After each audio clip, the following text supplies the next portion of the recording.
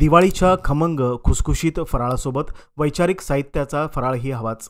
याच हेतूने तरुण भारत 1948 पासून दिवाळी अंक प्रकाशित करत आहे।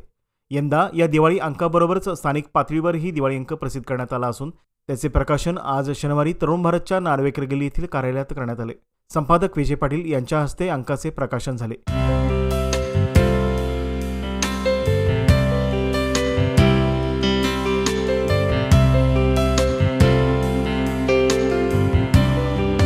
यावेळी व्यासपीठावर व्यवस्थापक गिरीधर शंकर, सीएफओ उदय खाडीलकर, मुख्य प्रतिनिधी मनीषा सुभेदार, मार्केटिंग विभागाचे सोहन पाटील व प्रिंटिंग विभागाचे प्रमुख धैर्यशील पाटील आदी उपस्थित होते। प्रारंभी स्वागत व प्रास्ताविक करताना मनीषा सुभेदार यांनी स्थानिक लेखक आणि कवींचा कृतज्ञतापूर्वक उल्लेख करत तरुण भारत समूह प्रमुख व सल्लागार संपादक डॉक्टर किरण ठाकूर यांच्या कल्पनेतून प्रकाशित झालेला हा अंक रसिक वाचकांच्या पसंतीस उतरेल असा विश्वास व्यक्त केला।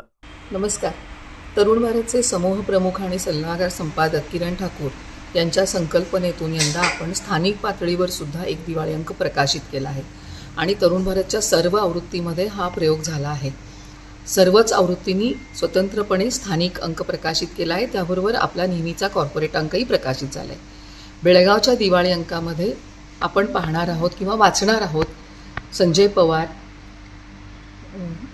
किरण येले, लक्ष्मी यादव, नचिकेत भंडारी, उमा कुलकर्णी ज्या बेळगावच्याच आहेत, विनोद गायकवाड, आपल्या स्थानिक लेखिका संध्या देशपांडे आणि मेधा मराठे, तसेच पत्रकार संजय रानडे, पुनीत मातकर, अक्षता देशपांडे, डॉक्टर बाळ फोंडके, श्रीनिवास कुलकर्णी आणि अनिल पिटले अशा सर्वांचं साहित्य या अंकामध्ये आहे। याशिवाय दासू वैद्य, संदीप खरे, पूजा बडांगे अशा मान्यवरांच्या सह अनेक कवींच्या कवितासुद्धा यामध्ये आहेत। या अंकाचं वैशिष्ट्य हे आहे की लक्ष्मी यादव यांनी एक अत्यंत महत्त्वाच्या विषयावरती लेख लिहिलेला आहे, तो म्हणजे मुली लग्न का नाकारत आहेत।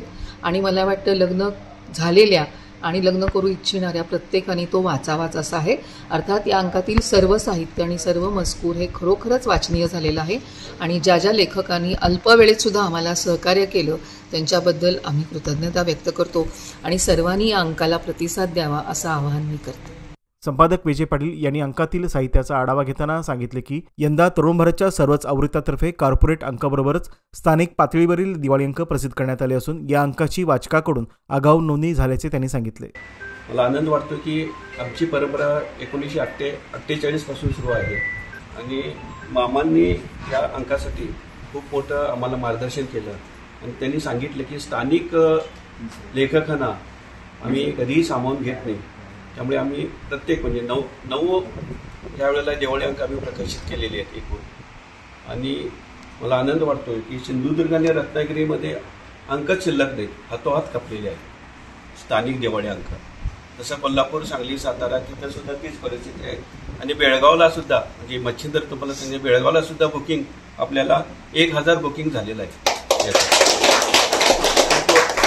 आणि यामध्ये आमचे सगळे जे प्रतिनिधी आणि रिपोर्टर आहेत त्यांच्या माध्यमातून आम्ही हा अंक खपवलेला आहे सगळा। उदय खाडीलकर यांनी आपले मनोगत व्यक्त करताना सांगितले की या अंकाची संकल्पना डॉक्टर किरण ठाकूर यांनी मांडली होती आणि त्याला जाहिरात विभागाने उत्तम प्रतिसाद देत प्रभावी कामगिरी बजावली आहे। गोव्यामध्ये माझी आणि मामांची जेव्हा बैठक झाली त्यावेळेला मामांनी सांगितलं 9 अंक दिवाळी अंक ह्या वर्षी प्रदर्शित व्हायला पाहिजेत, 8 एडिशनचे 8 आणि आमचा कॉर्पोरेट थोडंसं लहान झाला तरी चालेल ही संकल्पना। त्याच्यानंतर सर्व आवृत्ती प्रमुख विजय पाटलांचे सर्व आवृत्ती प्रमुख गिरीधर शंकर, मनीषा असतील सगळ्यांच्या समोर मी मांडली, त्यांनी लगेच ती उचलून धरली आणि त्याप्रमाणे हे आज यशस्वीरित्या आज बेळगावचं प्रकाशन झाले। बाकीच्या पण सर्व आवृत्तीच्या दिवाळी अंकाचं प्रकाशन त्या वेळेला त्या मान्यवरांच्या हस्ते ह्याच्या आधीच झालेलं आहे। आणि सर्वात प्रथम म्हणजे ह्याची जी आर्थिक बाजू आहे ती अतिशय भक्कमपणे मार्केटिंग विभागाने सांभाळलेलं आहे आणि तो आर्थिकदृष्ट्या सुद्धा यशस्वी केलेला आहे। केवळ साहित्यिकदृष्ट्या नव्हे तर आर्थिकदृष्ट्या सुद्धा हा दिवाळी अंक अत्यंत 9 दिवाळी अंक यशस्वी झालेले आहेत। त्याच्यामध्ये कॉर्पोरेट अंकामध्ये सुद्धा अतिशय चांगल्या पद्धतीने त्याच्यामध्ये लेख, कादंबरी किंवा कविता असतील चांगल्या पद्धतीने, त्याच्याप्रमाणे स्थानिक अंकात सुद्धा आहे त्याप्रमाणे त्या मार्केटिंग विभागाने सुद्धा त्या ठिकाणी अत्यंत सक्षमपणे आपली भूमिका बजावलेली आहे। कार्यक्रमाच्या शेवटी गिरीधर शंकर यांनी सर्व उपस्थितांचे आभार मानले।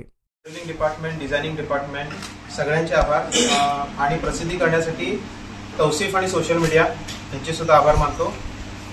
आणि आम्हाला मार्गदर्शन केल्यासाठी किरण ठाकूर, साईद ठाकूर आणि मामी यांच्या मार्गदर्शनाने हे सर्व अंक प्रसिद्ध झाले. त्यांचे सुद्धा मी आभार मानतो. धन्यवाद.